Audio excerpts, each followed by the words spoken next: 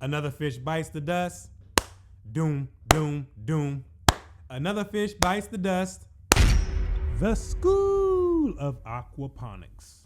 So there are many reasons why your fish may have bit the dust, but we're going to go over the top 3 reasons why a lot of people's fish bite the dust. And from my experience, water temperature is one of the main culprits for fish biting the dust. I had that experience a few years ago where I underestimated the winter temperature with the tilapia and had to learn the hard way. So came outside, I think it hit a cold snap like around 36 or somewhere around there, 37, may have been a little bit lower, but came outside, boom, fish were all biting the dust, all upside down, staring at me like, why did you let me go through this? So I learned from there that you can't really underestimate the water temperature that is required for specific types of fish. It's really necessary to keep that in control. Another reason why the fish croak in aquaponics is due to the lack of oxygen, low dissolved oxygen levels, especially if you have a system that is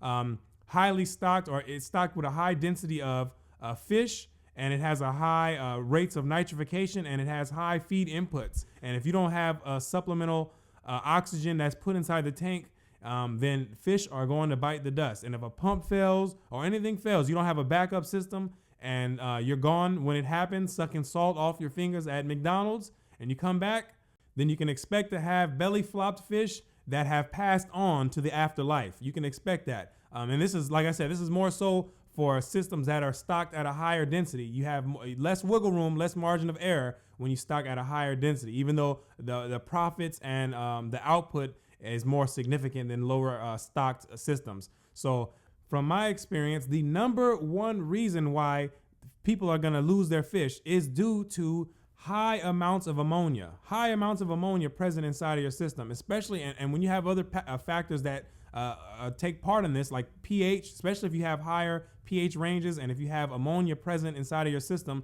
then you're gonna have a higher rate of unionized ammonia, that is what is super toxic to the fish.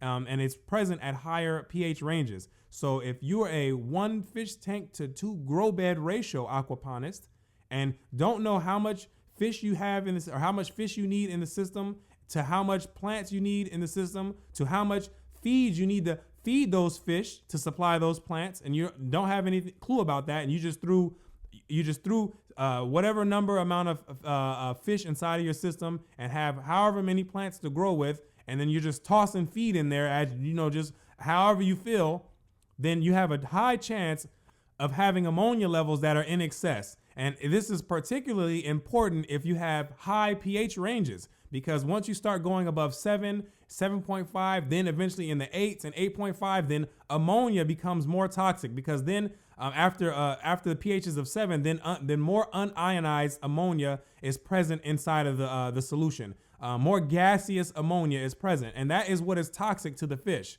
When you have pH ranges that are around 7, then you have about 1% unionized ammonia that is present.